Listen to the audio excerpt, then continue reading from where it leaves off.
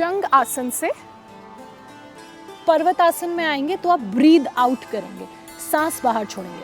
उसके बाद पर्वतासन से आप आएंगे अश्व संचालन आसन में। उसमें आप अपना बॉडी वेट थोड़ा सा आगे शिफ्ट करेंगे। आपका राइट लेग आपके दोनों हाथों के बीच ऐसे प्लेस्ड होगा और आपने ब्रीद इन करना है। वापस जब आप इस आसन में आए, अश्व संचालन आसन में, पर्वतासन के बाद, तो आप ब्रीद इन करेंगे और आपके जो घुटने हैं वो ज़मीन पर लगे होंगे, घुटने ज़मीन को टच करेंगे। आपका जो पंजा है वो आउटवर्ड्स होगा। ये है अश्व संचालन आसन करने का राइट पॉस्चर। इसमें वही सारे एरियाज़ हैं जहाँ पे आपको प्रेशर फील हो रहा होगा जब आपने सूर्य नमस्कार की शुरुआत में अश्व संचालन आसन किया था।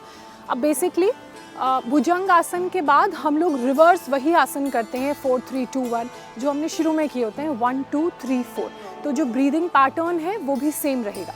जब आपने अश्व संचालन आसन आपने किया था तो ब्रीदिंग किया था, उस वक्त आपने पाद हस्तासन के बाद अश्व संचालन आसन किया था।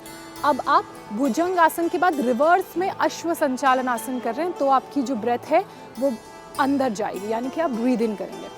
उसके बाद आपके जो टोज़ हैं वो इनवर्ड्स होंगे, आपका घुटना रेज्ड होगा और हाथों में थोड़ा सा प्रेशर आएगा और फिर आप अपने लेफ़्ट लेग को आगे लाएंगे पाद हस्तासन में। जब आप अपने लेफ़्ट लेग को अश्व संचालन आसन से पाद हस्तासन में आगे लाएंगे तो जो आपका ब्रेथ का मूवमेंट होगा वो ब्रीद आउट होगा। आपने अपनी नाक से सांस को बाहर छोड़ना है। आपके पैर वन लाइन में हैं, आपके हाथ वन लाइन में हैं। अगर फ्लेक्सिबिलिटी इतनी नहीं है तो आप इतना भी कर सकते हैं या आप इतना भी कर सकते हैं। घुटने मुड़े हुए नहीं होंगे। पाद हस्तासन के बाद फिर आप ये जो आपकी अलाइनमेंट है पैरों की और हिप की, ये बिल्कुल स्ट्रेट रहेगी। आपकी जो बॉडी है अपर बॉडी मूव करेगी, ये बिल्कुल स्ट्रेट रहेगी। फिर आप धीरे से ब्रीद इन करते हुए ऊपर मूव करेंगे ऊर्ध्व हस्तासन में। उतना ही बेंड करें जितने में कंफर्टेबल हो, पीछे गिरना नहीं है।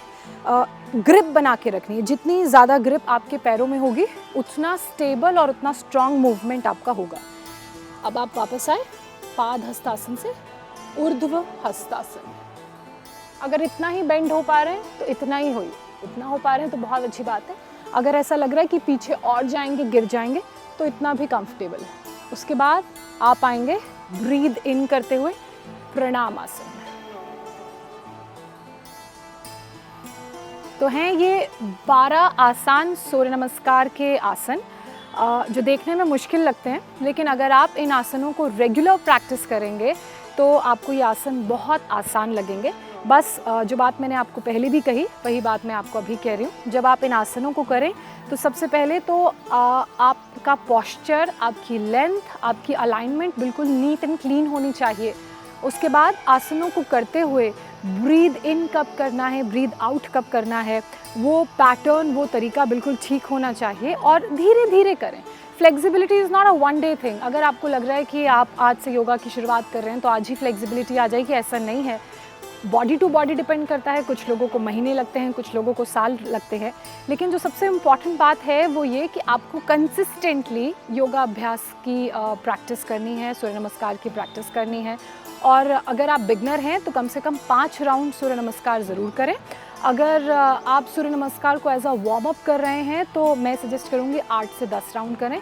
और बहुत ज़्यादा भी सूर्य नमस्कार करने की ज़रूरत नहीं है क्योंकि बॉडी जो है एग्जॉस्ट हो जाती है।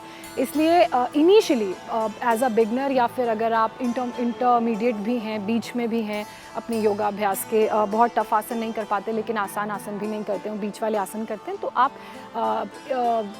11 राउंड 15 राउंड ऐसे सूर्य नमस्कार के कर सकते हैं। जब आप दूसरी तरफ से सूर्य नमस्कार करेंगे तो आपका जो मूवमेंट होगा पीछे अश्व संचालन आसन की तरफ, वो आपके लेफ़्ट लेग का होगा।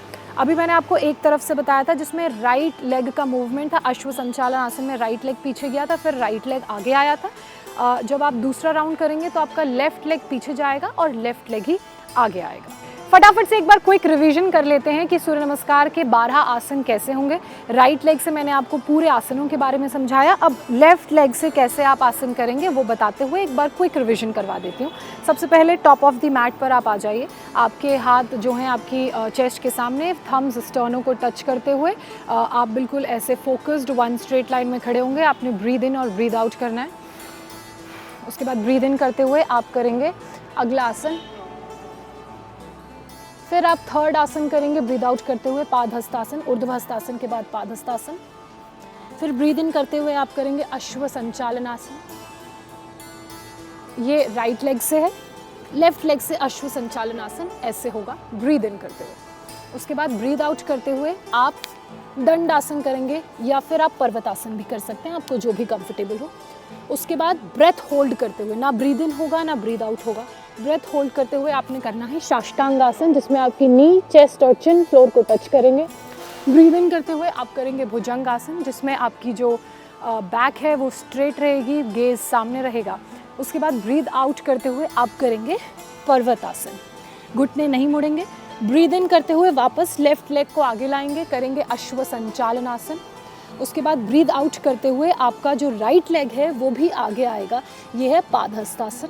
फिर ब्रीद इन करते हुए आप ऊपर जाएंगे ऊर्ध्वहस्तासन, और ब्रीद आउट करते हुए आप वापस प्रणामासन करेंगे। तो ये 12 योगाभ्यास के सूर्य नमस्कार के 12 आसन हैं, जिन्हें अगर आप रेगुलरली प्रैक्टिस करेंगे तो आप अपनी बॉडी में फिजिकली, मेंटली, स्पिरिचुअली तीनों तरीके से चेंजेस महसूस करेंगे। आपकी फ्लेक्सिबिलिटी बेटर होगी, आपकी बॉडी में स्ट्रेंथ आएगी, स्ट्रॉन्ग होगी, ग्राउंडेड होगी। जो आपका एंजाइटी, डिप्रेशन, इस तरह का इमोशन रिलीज़ होता है या आप ऐसा महसूस करते हैं, वो आप कम महसूस करेंगे। और अगर कभी भी आपको ऐसा लगे कि आप इन सारे इमोशंस के चक्र में फंसे हुए हैं, आप या फिर ये सारे इमोशंस महसूस कर रहे हैं, तो थोड़ा सा वक्त निकाल के 5 से 10 राउंड आप सूर्य नमस्कार के कर सकते हैं। एक और बहुत ज़रूरी बात, जब आप सूर्य नमस्कार कर रहे हों तो इस बात का ध्यान रखें कि खाली पेट करें, यानी कि कोशिश करें कि आप सुबह सूर्य नमस्कार उठने के बाद करें, कुछ भी सॉलिड आपके पेट में ना गया हो। और अगर आपके पास सुबह टाइम नहीं है, आप दोपहर या 4 बजे 5 बजे के आसपास या फिर शाम को करना चाहते हैं, तो आपके खाने और योगा प्रैक्टिस के बीच में 3 घंटे का गैप होना चाहिए। आपने जो भी सॉलिड फूड खाया है प्रॉपर, जैसे हम ब्रेकफास्ट, लंच, डिनर करते हैं, फूड और प्रैक्टिस के बीच में 3 घंटे का डिफरेंस होना चाहिए, तो भी आप प्रैक्टिस कर सकते हैं। लेकिन जो सबसे ज़्यादा कोई भी फिज़िकल प्रैक्टिस फ़ायदा देती है वो सुबह वाली होती है। तो इसी तरह के और informative videos India TV live पर आप देखते रहिए, जुड़े रहिए हमारे साथ। फ़िलहाल आप लोग जुड़े, बहुत शुक्रिया, नमस्कार।